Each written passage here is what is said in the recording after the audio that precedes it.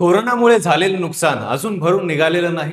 त्या महामारीनं जग उद्ध्वस्त करून टाकलं आणि आता पुन्हा एकदा WHO जगभरासाठी धोक्याची घंटा वाजवली आहे.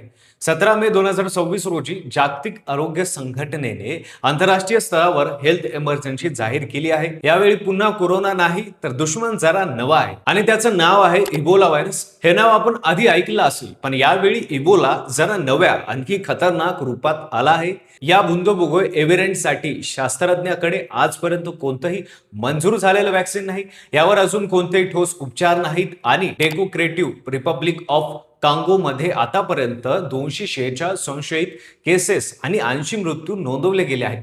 व्हायरस कांगोची सीमा ओलांडून युगांडाच्या राजधानी कंपापर्यंत पोहोचल्याचे आहे आणि जसे 2020 मध्ये कोरोनाला आपण सुरुवातीला गंभीरपणे घेतलं नाही, तसाच धोका आता पुन्हा एकदा दिसतोय.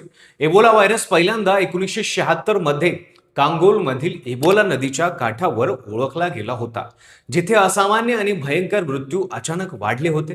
तेव्हापासून कांगोने एबोलाचे एकूण 16 भूकंप अनुभवले आहेत. सध्याचा हा 17वा द्रोह आहे. यावेळी आलेला बुंदोबुगो व्हेरियंट हा जायर व्हेरियंट पेक्षा वेगळा आहे आणि व्हेरियंट आपल्याकडे कोणतेही मंजूर लस नाही, उपचार नाहीत. बुंदोबुगो व्हेरियंट सर्वप्रथम 2007 मध्ये युगांडामध्ये आढळला होता. त्यावेळी 1131 लोक संक्रमित झाले होते आणि 42 जणांचा मृत्यू झाला होता. 2012 मध्ये कांगोमध्ये हाच व्हेरियंट पसरला, तेव्हा 38 पैकी 13 जणांचा मृत्यू झाला. WHO मते या व्हेरियंटचा मृत्यू दर 30 ते 50% दरम्यान आहे. म्हणजे जे या व्हायरसला विळख्यात पडतात किंवा सापडतात त्यापैकी निम्म्यापर्यंत लोकांना वाचवणे अत्यंत कठीण जाते. सध्याच्या उद्रेकाची सुरुवात कशी झाली ते समजून घेणं महत्वाचं आहे. 24 एप्रिल रोजी इटुरी प्रांतातील बुनिया भागात 59 वर्षीय आरोग्य कर्मचाऱ्याला व्हायरसच्या विकळात घेतलं. 3 दिवसानंतर 27 एप्रिल रोजी तीव्र ताप आणि अंतर्गत रक्तस्रावामुळे त्याचा मृत्यू झाला. पहिली मोठी चूक इथंच झाली. WHO या प्रकरणाची माहिती 5 मे रोजी मिळाली, म्हणजे तब्बल 2 आठवडे हा व्हायरस लोकांमध्ये पसरत राहिला होता. तसे सुरुवातीला घेतलेले रक्ताचे नमुने निगेटिव्ह आले, कारण त्यावेळी वापरण्यात आलेली फील्ड डायग्नोस्टिक किट केवळ जायर व्हेरियंट ओळखू शकत होती, बुंदोबुगो व्हेरियंट नाही. त्यामुळे निदान होण्यास उशीर झाला. 14 मे रोजी रक्ताच्या नमुन्याची खात्री केली हा बुंदोबुगो व्हेरियंट आहे. तोपर्यंत व्हायरस मोंगोवाली या खान क्षेत्रातील इटोरी प्रांताच्या इतर भागामध्ये पसरला होता. या व्हायरसची लक्षणे सुरुवातीला अतिशय सामान्य वाटतात. ताप, थकवा, स्नायूदुखी, डोळेदुखी. त्यामुळे डॉक्टरांना सुरुवातीला हे इबोला आहे हे ओळखणं कठीण जातं. मग हळूहळू शरीरावर व्हायरसची पकड मजबूत होते. हिरड्या, डोळे, नाक यातून रक्त येऊ लागतं. उलट्यासोबतही रक्त पडतं. अंतर्गत अवयव निकामी होऊ लागतात.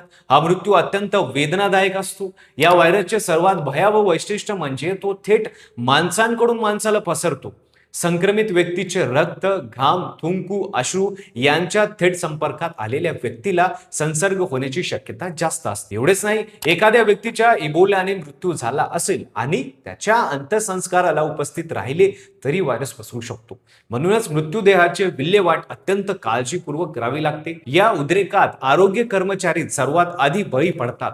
हे खूप त्रासदायक आहे. 2014 ते 2026च्या पश्चिम आफ्रिका महामारीत 881 कर्मचारी या व्हायरसच्या विळख्यात आले होते. त्यातील 513 जणांचा मृत्यू झाला. मृत्यूदर होता 58%. जे लोक रुग्णाला वाचवण्यासाठी स्वतःचा जीव धोक्यात घालतात तेच या व्हायरसचे पहिले शिकार ठरतात. 16 मे रोजी घडलेली एक घटना या संपूर्ण प्रकाराला नव्या दिशेने घेऊन जाते. कांगोहून कंपाला प्रवास करून आलेले एक कांगोलियन नागरिक इबोलाचे बळी ठरले. युगांडाच्या आरोग्य विभागाने कंपनीमध्ये झालेला मृत्यू नोंदवला. कंपाला हे शहर 40 लाखापेक्षा जास्त लोकसंख्येचं आहे. दररोज लाखो लोक कामासाठी ये जा करतात. आंतरराष्ट्रीय विमानतळ आहे. या शहरात व्हायरस किती पसरला असेल याचा कोणालाच अंदाज नाही.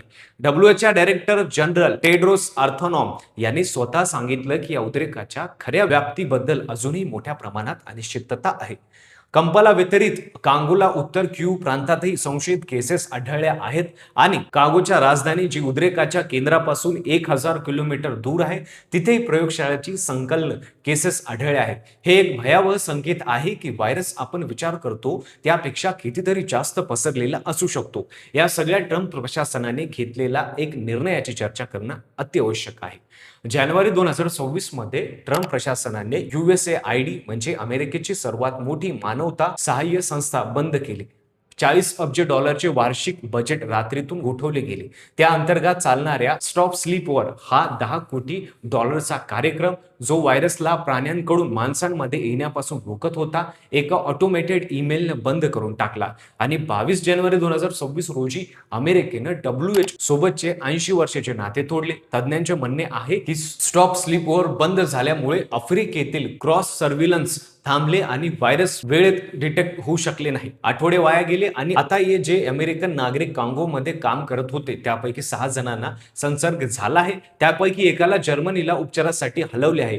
आता हा व्हायरस अमेरिकेच्या दाराशी येण्याचा धोका निर्माण झाला आहे. 18 मे रोजी अमेरिकेनं एक कठोर निर्णय घेतला. गेल्या 21 दिवसात कांगो, दक्षिण सुदान किंवा युगांडाला भेट दिलेल्या परदेशी नागरिकांना अमेरिकेत प्रवेश करण्यास बंदी घालवण्यात आली.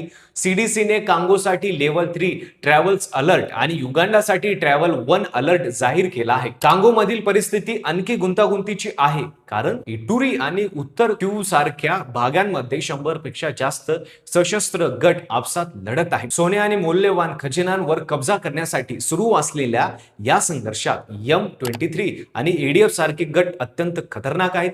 या हिंसाचारामुळे लोक घर सोडून पळत आहेत. लाखो विस्थापित लोक गर्दीच्या ठिकाणी राहत आहेत.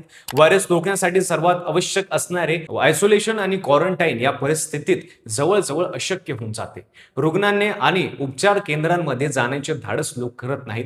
WHO ने या उद्रेकासाठी public health emergency of international concern म्हणजेच PHEIC जाहीर केली आहे, पण पॅन्डेमिक इमर्जन्सी नाही. तज्ञांच्या मते इबोला हवेद्वारे पसरत नाही, त्यामुळे कोरोना सारखी जागतिक महामारी होण्याचा धोका तूर्त कमी आहे. संक्रमित व्यक्तीच्या द्रव्यांशी थेट संपर्क झाल्याशिवाय व्हायरस पसरत नाही. 2020 मध्ये 30 जानेवारी रोजी WHO ने कोरोना व्हायरस बद्दल हेल्थ इमर्जन्सी जाहीर केली होती. जगाने ती गंभीरपणे घेतली नाही. फक्त 1.5 महिन्यात 11 मार्च रोजी ती जागतिक महामारी बनली आणि त्यानंतर जे झालं ते आपण सगळ्यांनी अनुभवलं. लॉकडाऊन, मृत्यू, आर्थिक संकट, जग कायमचे बदलले. इबोला हवेत पसरत नाही हा एक महत्वाचा फरक आहे, पण कोरोना आपल्याला एक धडा शिकून गेला आहे. व्हायरसला कधीही कमी लेखू नका. हा बुंदुगिगो व्हेरियंट नवीन आहे, त्याची वॅक्सिन नाही आणि ज्या पायाभूत सुविधा आणि आंतरराष्ट्रीय सहकार्यामुळे यापूर्वी इबोला रोखला आला त्या सुविधा आज कमकुवत झाल्या आहेत.